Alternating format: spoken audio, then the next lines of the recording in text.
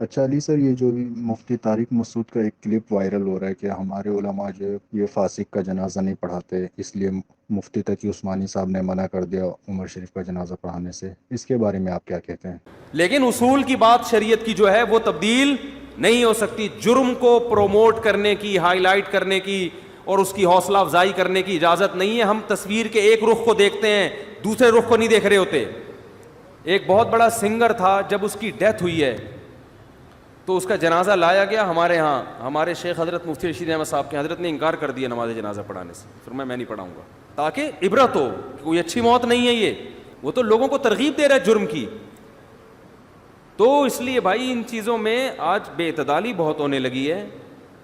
ہم حدود شریعت سے تجاوز کرتے ہیں. یار یہ طارق مسعود جو ہے نا، یہ بیچارہ خود ہی پیدل عقل سے، اور یہ جن کی مثالیں دے رہے ہیں نا، انہوں نے تو اتنی کلا بازیاں کھائی ہیں، اتنی کلا بازیاں کھائی ہیں. جو کلپ آپ نے بھیجا ہے کہ علماء جو ہیں یا بزرگ جو ہیں وہ فاسقوں کی، گناہ گاروں کی نماز جنازہ نہ پڑھائیں، اس قسم کا جو بھیجا ہے آپ نے.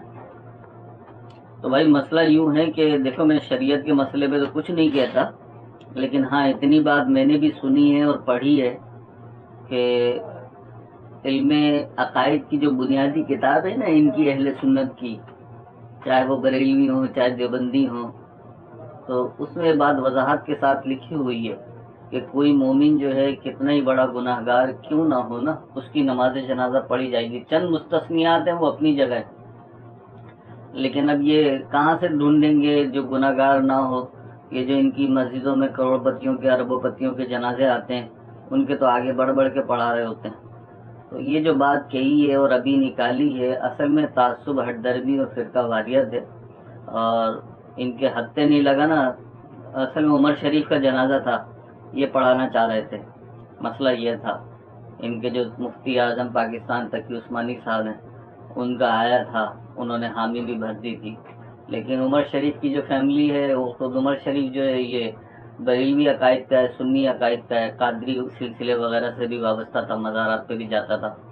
میں حضرت غوث اعظم کا مرید ہوں. میں اپنے غوث پاک کو آج بہت پکارا ہے اور انہوں نے مجھے آپ کی طرف بھیجا ہے.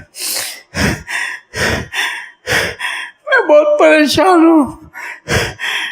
نہ میں نے کبھی زندگی میں نشہ کیا ہے، اللہ اس کا حبیب جانتا ہے، میرے دوست بھی جانتے ہیں، لیکن میرے پاس اور کوئی راستہ نہیں تھا کہ میں آپ کے پاس حاضر ہوں اور آپ کو بتاؤں کہ ناگہانی آفت سے میں دو چار ہوں. مجھ پہ دست شفقت رکھیے. اب اس کی فیملی کی مرضی یہ تھی کہ جی یہ ان کے کوئی تعلقات تھے ان سے، بشیر فاروقی سے، جو سیلانی ویلفیئر والے، تو انہوں نے ان سے ریکویسٹ کری، انہوں نے بھی قبول کر لی. تو ان کی ہو گئی سبکی، اور ان کا معاملہ وہ ہو گیا کہ انگور کھٹے ہیں. تو بھائی ان کے ہتھے نہیں چڑھا، نہیں تو یہ جو ہے نا، یہ تو فاسقوں فاجروں سب کے جنازے پڑھاتے ہیں. بڑی بڑے جو اداکار ہیں، گلوکار ہیں، وہ تو ان کے حلقہ احباب میں شامل ہے. یہ جو ان کے بڑے سب سے بڑے مبلغ ہیں، کیا نام ہے، طارق جمیل، اس کو یاد نہیں آتا کہ جو ہے نا میں کس کے ساتھ بیٹھا ہوا ہوں، کس کو عزت دے رہا ہوں، کیا کر رہا ہوں. اس وقت انہیں شرعی مسائل یاد نہیں آتے، اب یاد آ رہے ہیں. تو یہ جو ہے نا، یہ اپنی سبکی جو ہوئی ہے ان کی، وہ مٹا رہے ہیں یہ. اور یہ طارق مسعود جو ہے، یہ تو پبلسٹی کا، شہرت کا جو ہے نا بھوکا آدمی ہے.